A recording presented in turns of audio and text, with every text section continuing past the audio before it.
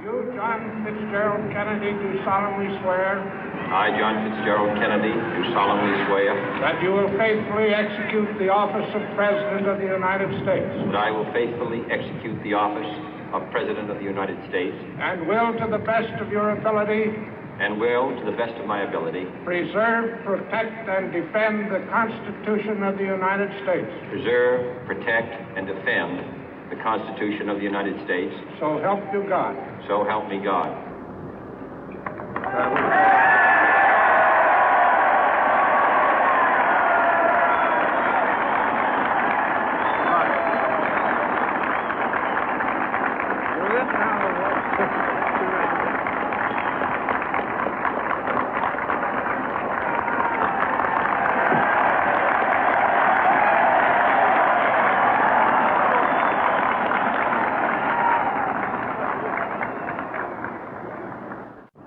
Vice President Johnson, Mr. Speaker, Mr. Chief Justice, President Eisenhower, Vice President Nixon, President Truman, Reverend clergy, fellow citizens.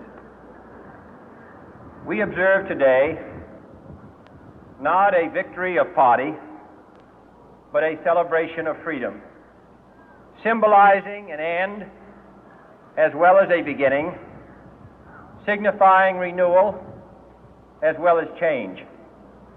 For I have sworn before you and Almighty God the same solemn oath our forebears prescribed nearly a century and 3/4 ago. The world is very different now, for man holds in his mortal hands the power to abolish all forms of human poverty and all forms of human life. And yet the same revolutionary beliefs for which our forebears fought are still at issue around the globe.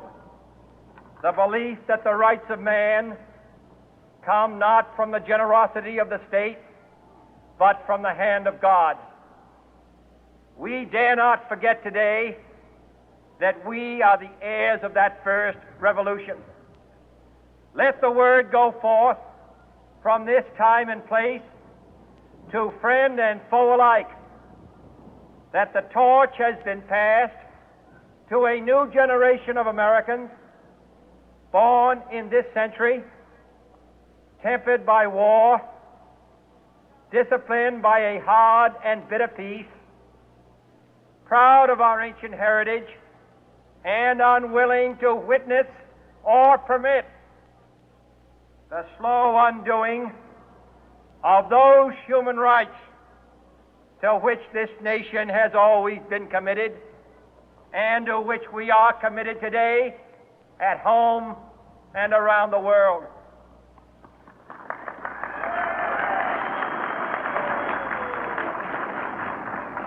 Let every nation know, whether it wishes us well or ill, that we shall pay any price, bear any burden, meet any hardship, support any friend, oppose any foe to assure the survival and the success of liberty.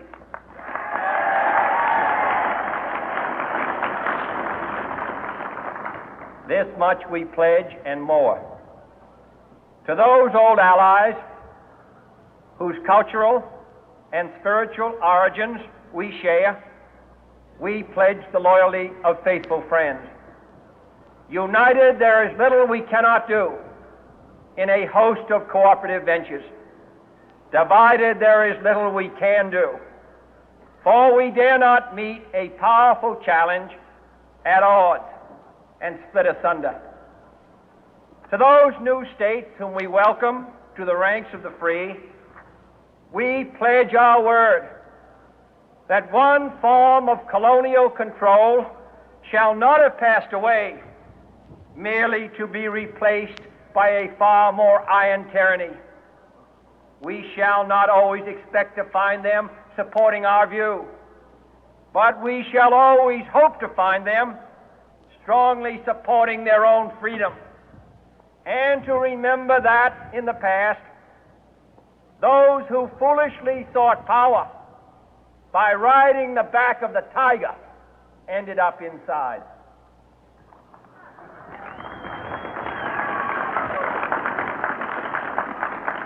To those people in the huts and villages of half the globe struggling to break the bonds of mass misery, we pledge our best efforts to help them help themselves for whatever period is required, not because the communists may be doing it, not because we seek their votes, but because it is right.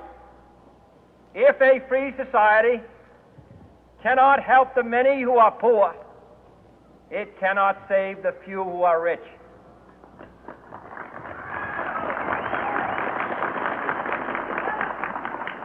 To our sister republics south of our border, we offer a special pledge to convert our good words into good deeds, in a new alliance for progress, to assist free men and free governments in casting off the chains of poverty.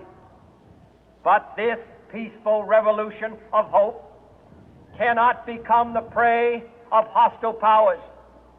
Let all our neighbors know that we shall join with them to oppose aggression or subversion anywhere in the Americas. And let every other power know that this hemisphere intends to remain the master of its own house.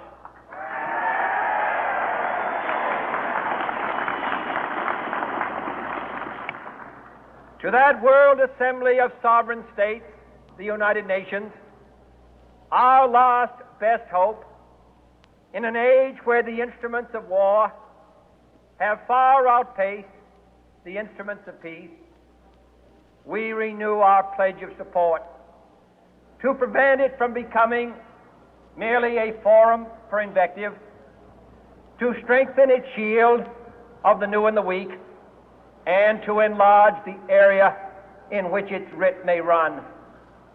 Finally, to those nations who would make themselves our adversary, we offer not a pledge, but a request that both sides begin anew the quest for peace.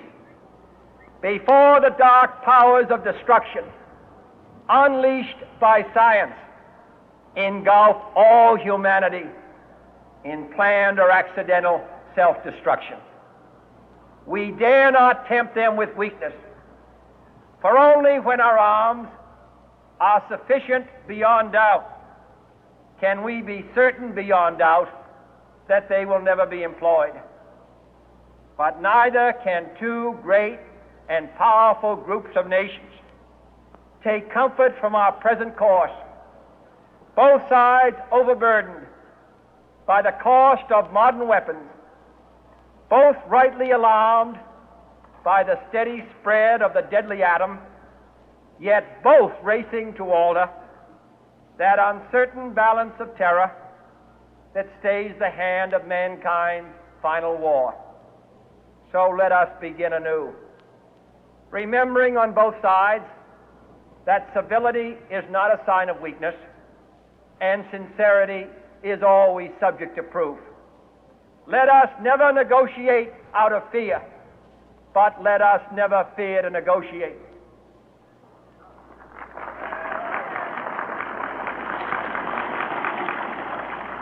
Let both sides explore what problems unite us, instead of belaboring those problems which divide us. Let both sides, for the first time, formulate serious and precise proposals for the inspection and control of arms, and bring the absolute power to destroy other nations under the absolute control of all nations.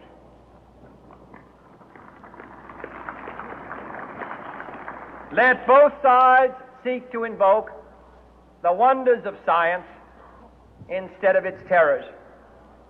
Together, let us explore the stars, conquer the deserts, eradicate disease, tap the ocean depth, and encourage the arts and commerce. Let both sides unite to heed in all corners of the earth the command of Isaiah to undo the heavy burden and let the oppressed go free. And if a beachhead of cooperation may push back the jungle of suspicion, let both sides join in creating a new endeavor, not a new balance of power, but a new world of law, where the strong are just and the weak secure and the peace preserved. All this will not be finished in the first 100 days, nor will it be finished in the first 1,000 days, nor in the life of this administration, nor even perhaps in our lifetime on this planet. But let us begin.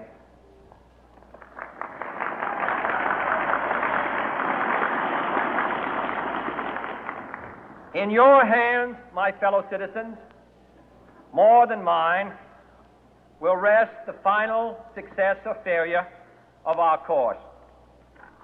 Since this country was founded, each generation of Americans has been summoned to give testimony to its national loyalty. The graves of young Americans who answered the call to service surround the globe. Now the trumpet summons us again, not as a call to bear arms, though arms we need, not as a call to battle, though in battle we are, but a call to bear the burden of a long twilight struggle, year in and year out, rejoicing in hope, patient in tribulation, a struggle against the common enemies of man, tyranny, poverty, disease, and war itself. Can we forge against these enemies a grand and global alliance, north and south, east and west, that can assure a more fruitful life for all mankind? Will you join in that historic effort?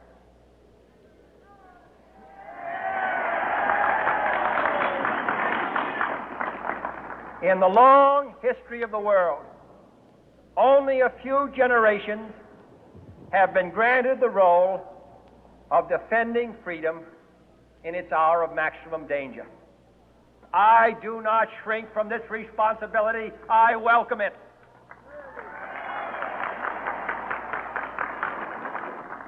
I do not believe that any of us would exchange places with any other people or any other generation.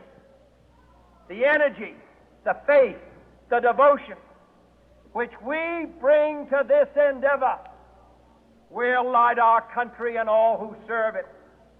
And the glow from that fire can truly light the world. And so, my fellow Americans, ask not what your country can do for you. Ask what you can do for your country.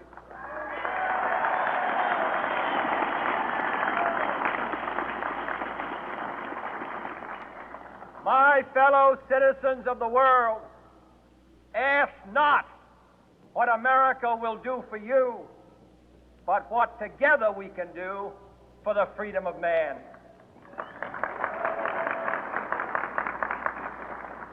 Finally, whether you are citizens of America or citizens of the world, ask of us here the same high standards of strength and sacrifice which we ask of you. With a good conscience, our only sure reward, with history the final judge of our deeds, let us go forth to lead the land we love, asking His blessing and His help, but knowing that here on earth God's work must truly be our own.